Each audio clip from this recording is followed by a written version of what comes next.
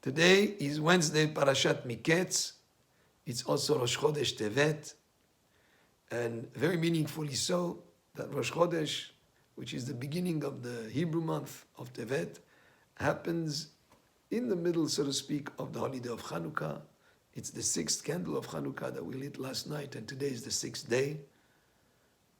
Very meaningfully so, because the Greeks wanted us to stop observing Rosh Chodesh, the beginning of the Hebrew months.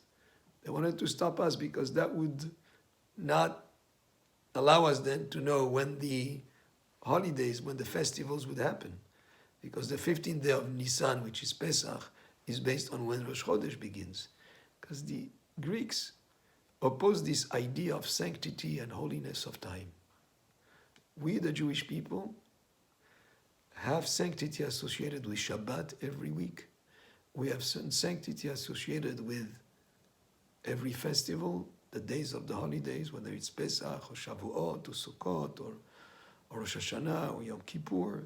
There is such a thing that holiness or sanctity associated with time, with a certain day. Actually, the first mitzvah that was given to the Jewish people as a people was the Kiddush HaChodesh, sanctifying the beginning of the month. That's why it's called Kiddush HaChodesh, Lekadesh, to sanctify the beginning of the month. Yet, the day of Rosh Chodesh is also a day that we're allowed to do work. It's not like Shabbat or the festivals where we are to refrain from many different types of activities. So it's a day that has in it both aspects of sanctity, holiness. We add Musaf in the prayers. We add the Hallel. We are to give it a certain flavor of a festival. Like even in the Torah it says, "Uvmo'atechem uvrashi chodshechem," on your festivals and the beginnings of the Hebrew months on Rosh Chodesh. Yet we can do activities that would be forbidden on a festival or on Shabbat. The parasha of this week has as a main figure in the parasha Yosef HaTzadik. Yosef was known as the person of Rosh Chodesh. Why would he be called the person of Rosh Chodesh, Yosef? Because Yosef was a person that was able to combine those two aspects, the aspects of sanctity and holiness, together with mundane activities.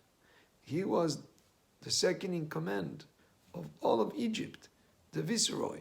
He was an incredible CEO of the government there, where he was able to manage the years of plenty with the years of famine. He really did a lot of incredible things for the government of Egypt by getting all the assets of the people to belong to God. Incredible manager. So he was involved in the mundane. Yes, yet he's known as Yosef HaTzadik, Yosef the righteous person. And he stayed that way even though he was involved in the palace in Egypt and involved in whatever else he was involved in, a mundane world with worldly affairs. Yet he maintained his holiness and his righteousness. That is what Rosh Chodesh also symbolizes.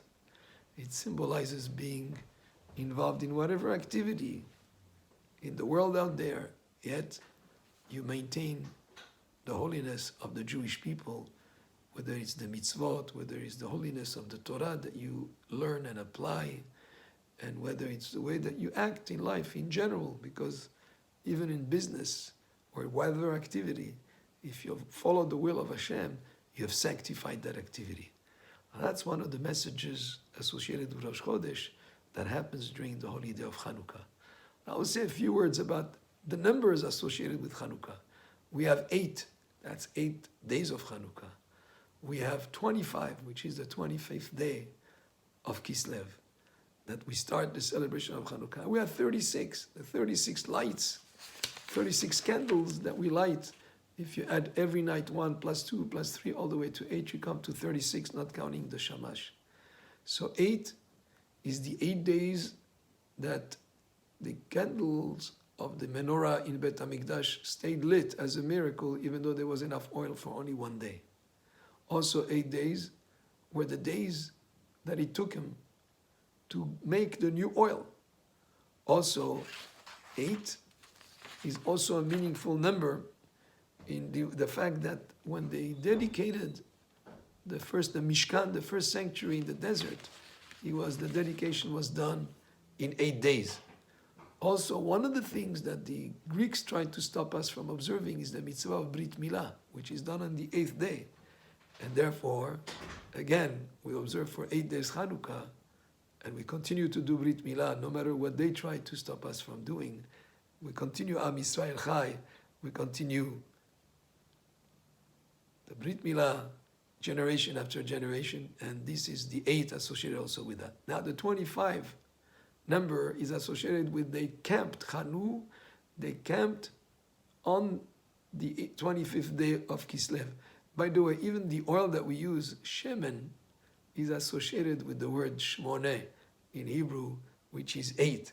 So you see, and there is more to it, but we'll go just through another couple. The 25, also the 25th day of Kislev was the day that all the items that were necessary for the Mishkan, for the sanctuary in the desert, they were completed on the 25th day of Kislev.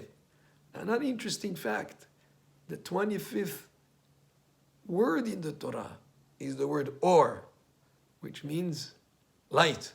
So already there is a hint there from the beginning of Bereshit. Also, the idea of Rosh Hashanah, we celebrate on the 6th day of creation, because that's when Adam Arishon was created. But the creation of the world began on the 25th day of Elul. So this holiday with the 25th day of Kislev is definitely a day that has meanings of dedication, of renewal, of inauguration of a beginning. And then 36 candles. There are 36 tractates in the Talmud and in the Talmud Bavli. And the light of the menorah is also representing the wisdom that we gain through learning Torah, and specifically also the Torah Shebe'al Peh, that when we learn Torah through the oral Torah, the Gemara, the Mishnah, so there are 36 tractates in the Bavli Talmud, and the light of the menorah, of the Chanukiah that we light, symbolizes also that light of the learning of Gemara, learning of Torah. But there is another reason for those 36. When Hashem created the world, He created it, and they let there be light. But when we see the moon and the sun were created on Wednesday, so what is it about this light of the first day? Our sages explained that it was a very special light. It was the Ora Ganuz, a divine spiritual light that you could see from one end of the world to the other. And Hashem hid that light in the Torah. But that light was in the world Sunday, Monday, and Tuesday, 12 hours a day, that's 36 hours. So the menorah, the Chanukiah that we light on Hanukkah, those 36 candles are representative of that very special light that is hidden in the Torah, that as we connect with the Torah, we're able to connect with that special light. And the holiday of Hanukkah is a very opportune day to connect, or a very opportune holiday to connect with those 36 candles, with the light, the hidden light in the Torah. And really many times you'll see people looking at the candles and just observing them, and opportune time to learn more Torah and to commit ourselves more to the Torah, which is light, and to mitzvot, which are like candles, like the pasuk says, "Kiner mitzvah veTorah or." Baruch Adonai leolam, amen ve'amen. Chodesh tov u'mvorach, and Hanukkah sameach.